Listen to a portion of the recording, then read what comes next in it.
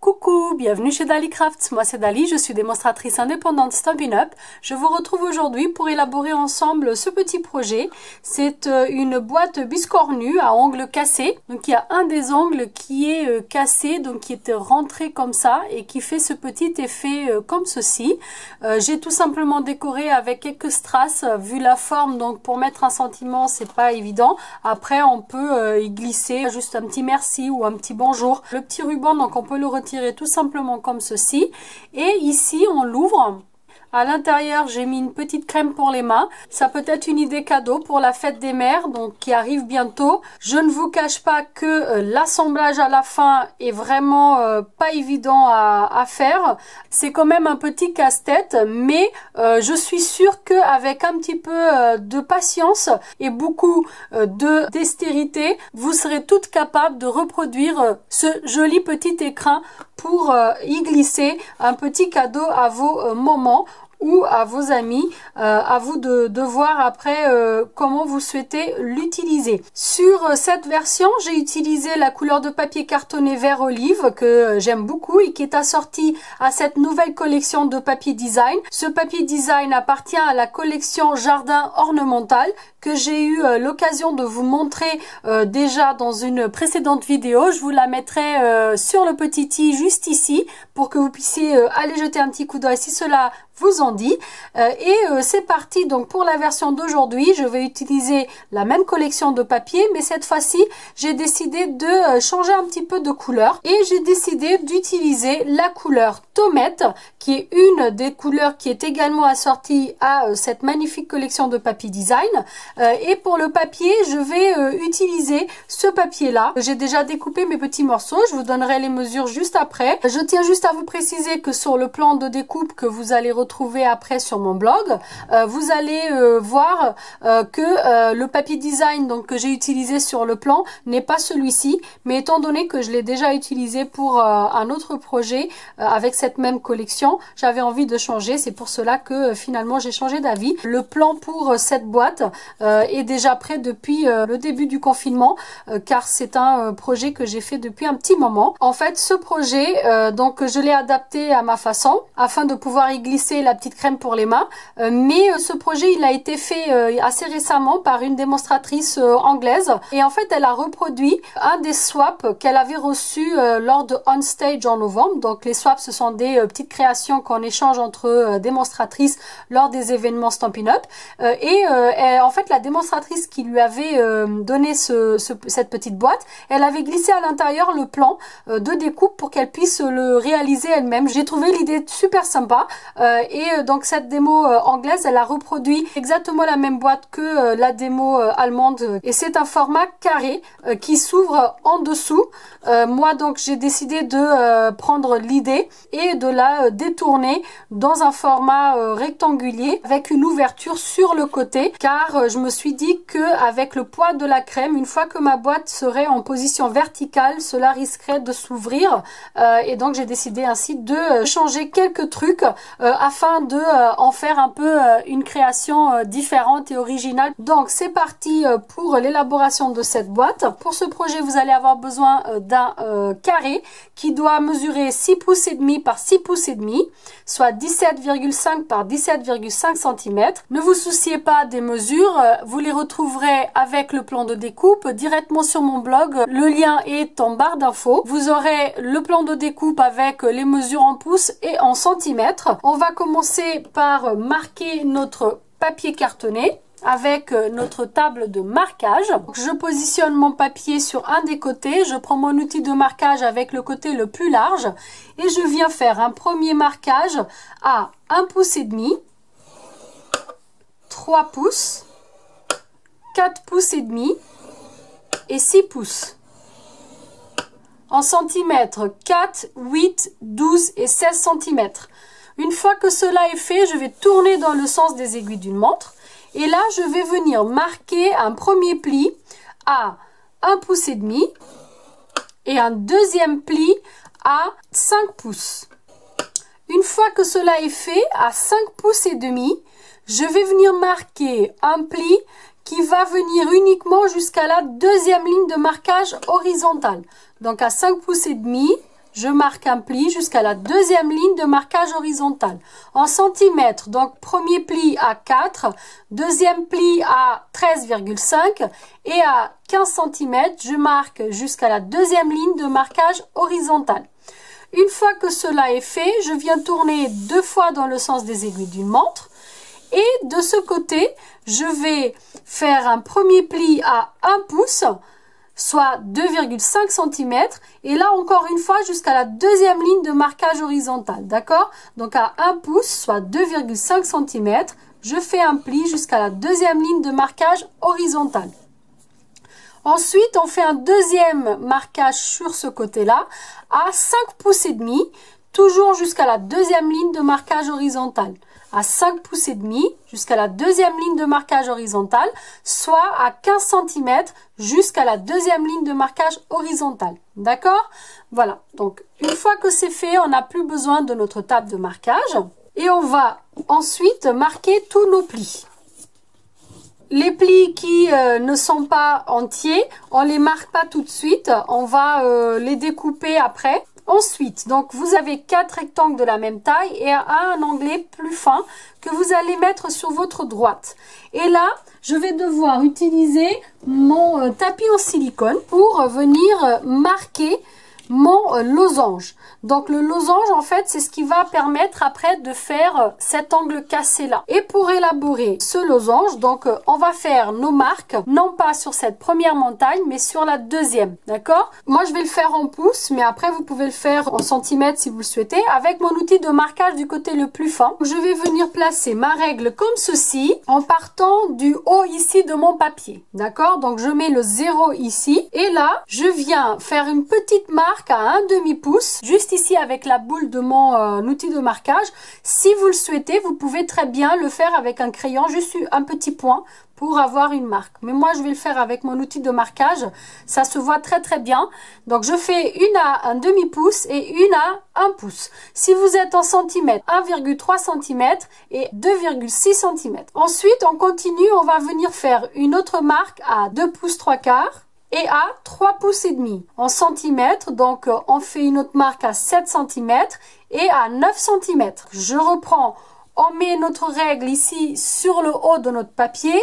Donc, le 0 de la règle là. Et on vient marquer de haut vers le bas. On commence par un demi-pouce, puis 1 pouce, 2 pouces 3/4 et 3 pouces et demi. En centimètres, 1,3 cm, 2,6 cm, 7 cm et 9 cm. Une fois que cela est fait, on va venir positionner notre règle sur la première ligne de marquage horizontale entière. Puisqu'ici, on a une ligne qui vient jusque là et on a une deuxième qui vient d'ici jusque là. Après, on a une entière juste ici. C'est celle qu'on a pliée, d'accord? Donc, on va partir sur cette ligne horizontale là et on va positionner notre règle, donc le 0 de notre règle, ici sur la première marque verticale. D'accord? Donc, on a une première marque verticale là. Donc, on positionne le 0 ici sur le coin, donc la jonction de nos deux lignes comme ceci. D'accord? Donc, on positionne comme ça et on vient marquer à un demi-pouce et à 1 pouce. Ça correspond à 1,3 et 2,6 cm. On continue et on vient marquer à 2 pouces et à 2 pouces et demi. En centimètres, donc à 5,4 et à 6,7 cm. Je répète, un demi-pouce, 1 pouce, 2 pouces et 2 pouces et demi, soit en centimètres, 1,3 cm, 2,6 cm, 5,4 et 6,7 cm. Une fois que cela est fait, on a en fait tous nos petits points de marqué. On va venir assembler nos points. On repart sur notre croix ici, d'accord? Le premier point à gauche va avec le premier point en bas, comme ça. Je vais vous montrer après. Ensuite, on fait la même chose de l'autre côté. Comme ça. Je fais la même chose avec les autres deux points. En fait, on unit tous les points. Comme ça, comme ça. Voilà. Il faut bien marquer en fait vos marques, d'accord? Il faut bien appuyer sans abîmer votre papier, bien évidemment. Une fois que cela est fait, je vais vous montrer ce que ça donne. Donc, on a un premier losange à l'intérieur et on a un deuxième losange à l'extérieur. En fait, on avait 4 traits sur cette ligne et 4 traits sur cette ligne. Et on a uni les traits de l'intérieur ensemble et les traits de l'extérieur ensemble. D'accord? Une fois que cela est fait, on va venir procéder à nos découpes. Donc, on prend nos ciseaux à papier et là, toujours avec notre petite bande fine à droite, donc le petit onglet à droite. Et là, on va venir tout simplement, pour commencer, supprimer ce petit rectangle en bas, comme ça. D'accord? Donc, je supprime et je coupe très légèrement en biais. Vraiment très légèrement, d'accord? Voilà. C'est juste un tout petit peu. Si c'est trop, ça ne sera pas bien après pour fermer notre boîte. Là, j'ouvre toutes les lignes verticales jusqu'à la première ligne de marquage horizontal en bas. Donc, j'ai 1, 2 et 3, comme ça. D'accord? Une fois que c'est fait, vous avez une ligne de marquage ici. Donc, vous venez tout simplement couper cette ligne-là, comme ça. D'accord? Et là, je fais des petits coins en biais, comme ceci, sur ces petits onglets. D'accord? Je vais tourner dans le sens des aiguilles d'une montre. Donc maintenant, j'ai le petit onglet vers moi. Et là, je vais venir supprimer ce grand rectangle-là. Donc j'ai un petit carré et un rectangle. Donc je viens supprimer les deux. Et ici, je vais venir couper en biais très légèrement, comme j'ai fait de l'autre côté. Vraiment très peu. Je coupe comme ça. Ensuite, j'ai un rectangle ici et un autre rectangle plus fin là. Donc, je coupe que le grand rectangle ici. Je ouvre comme ceci ici, comme ça, et je le supprime. Et là, je viens ouvrir ce petit bout là et couper en biais les deux coins de mon petit onglet qui est ici. Donc là, j'ai la fermeture de ma boîte. D'accord? Une fois que c'est fait, je tourne encore une fois dans le sens des aiguilles d'une montre. Et là, vous allez voir, ça va être un peu bizarre, mais en fait, on va venir ouvrir les deux lignes. Et ne vous inquiétez pas, vous allez bien couper le losange ici. D'accord? Donc en fait, on ouvre comme ça, au milieu du losange. Et on fait la même chose de ce côté, comme ça. Et là, vous allez tourner à nouveau. Et ici, vous avez le petit onglet en haut. Notre losange est ici sur notre gauche. Et là, vous allez supprimer le rectangle qui est ici. Il y a un grand rectangle et un petit rectangle. Donc, on coupe juste le grand rectangle, comme ceci. Et on vient couper le deuxième rectangle sur ce deuxième onglet. Il y a pareil un grand et un petit avec les marquages de notre losange. Donc, nous, on va venir supprimer le grand rectangle avec les marquages, comme ceci. D'accord? Et là, on va venir en fait biaiser un peu. Comme ça, et celui qui est marqué avec le losange également, comme ça. À présent, on a toutes nos petites découpes de fait. On va s'occuper maintenant de notre papier design. Et là, vous allez avoir besoin de 5 petits bouts de papier design, 4 qui doivent mesurer 1 pouce 1/4 par 3 pouces 1/4, soit 3,2 cm par 8,2 cm, dont 2 vont rester entiers, donc qui vont venir se positionner là et là. Et les deux autres, on va venir les découper un petit peu de façon à ce qu'ils puissent venir en fait se glisser ici devant. Mais vous voyez, il faut les découper un peu en biais. C'est ce que l'on va faire tout de suite. Ainsi que le petit carré, lui, il mesure 1 pouce 1/4 par 1 pouce 1/4, soit 3,2 par 3,2 cm. Et pareil, on va le couper un petit peu en biais puisqu'il va venir prendre place ici en haut de notre boîte. Donc, on va reprendre notre massicot. Vous allez voir sur le plan, vous avez la mesure des deux côtés.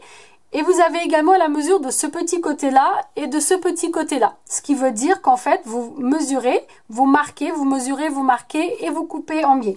Donc, c'est ce que l'on va faire là. Moi, je ne vais pas utiliser de crayon. Je vais mesurer juste avec mon outil de marquage ici sur mon massicot. Donc là, comme c'est un petit pli, je le place sur les mesures à droite de mon massicot. Donc, je viens placer à 5/16 de pouce, soit 0,7 cm. Et je fais une petite marque avec mon outil de marquage.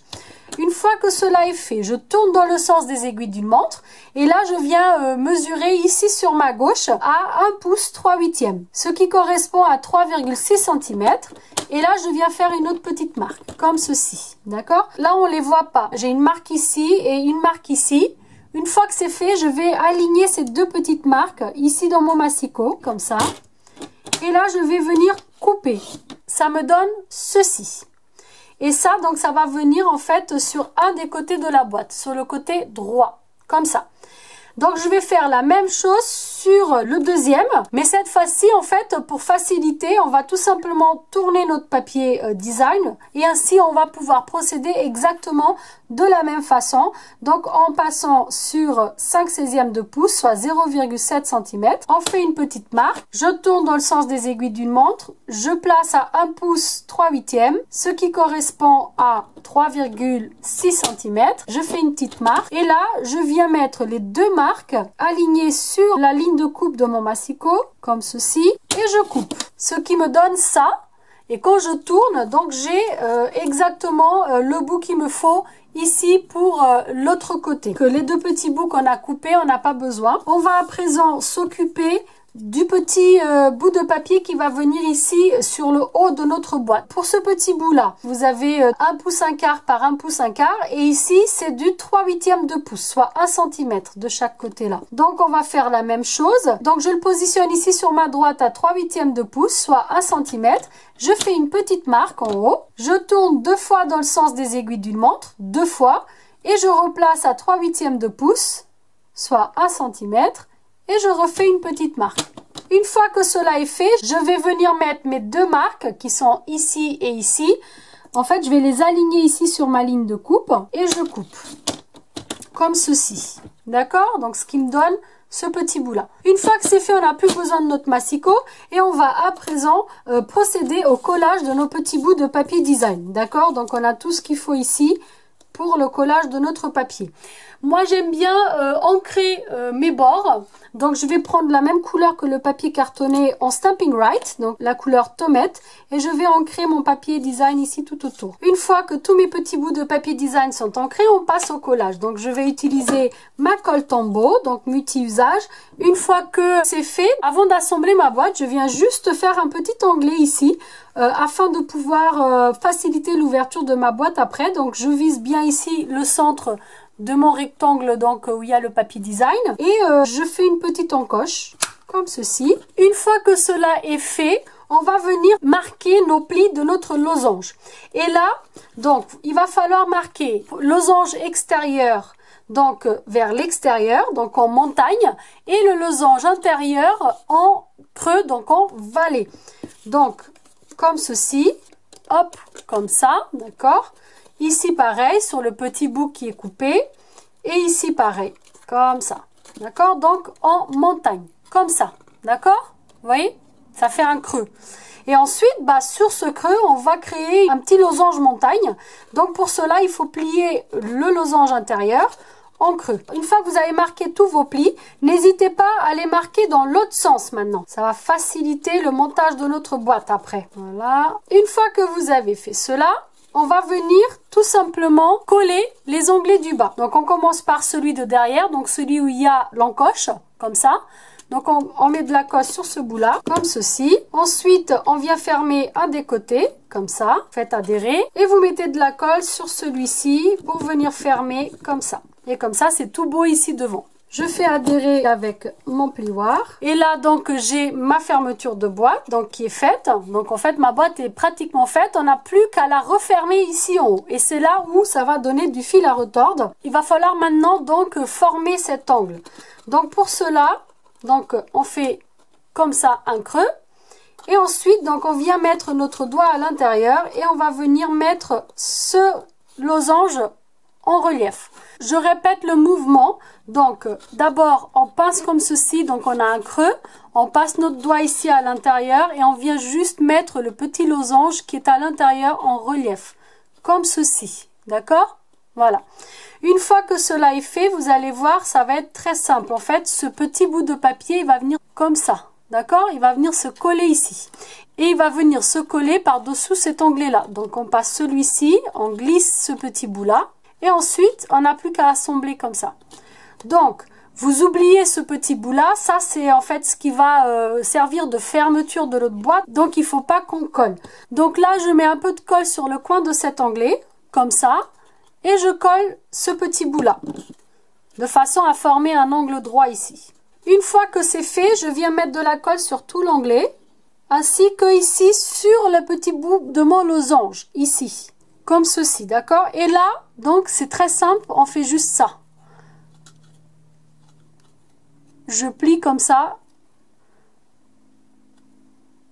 Le mouvement, il devrait se faire tout seul si vous avez fait vos plis dans les deux sens comme je vous ai dit et que vous avez procédé à la mise en volume du losange de la façon dont je vous ai expliqué, en pinçant comme ceci et en passant votre doigt vers l'intérieur. Et là, une fois que cela est fait, vous venez tout simplement faire adhérer. Vous voyez ici de l'intérieur ce que ça donne. Et notre petite boîte à ongles cassés est faite.